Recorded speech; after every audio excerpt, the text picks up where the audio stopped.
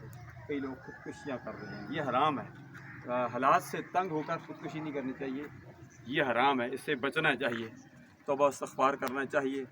تو باہر کا معاشرہ ہمارا پریشان ہے، اس لیے خودکشیاں کر رہا ہے، اس سے بچنے کی ترغیب دیجیے۔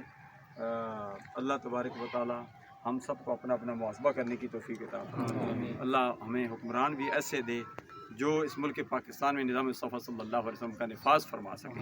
یا الہ العالمین ہمارا قبلہ اول بیت المقدس کو آزاد فرما دے۔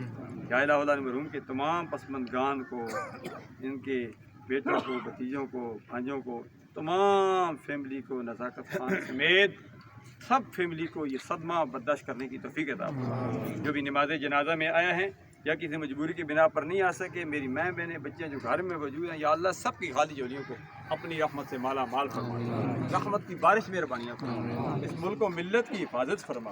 یا الہ العالمین ہمیں بھی دنیا میں زندہ رکھ، اسلام پر موت دے تو ہم سب کو ایمان پر موت دے۔ اللہم اغفرہ وارحمہ ولا تعذبہ واسکنہ وادخلہ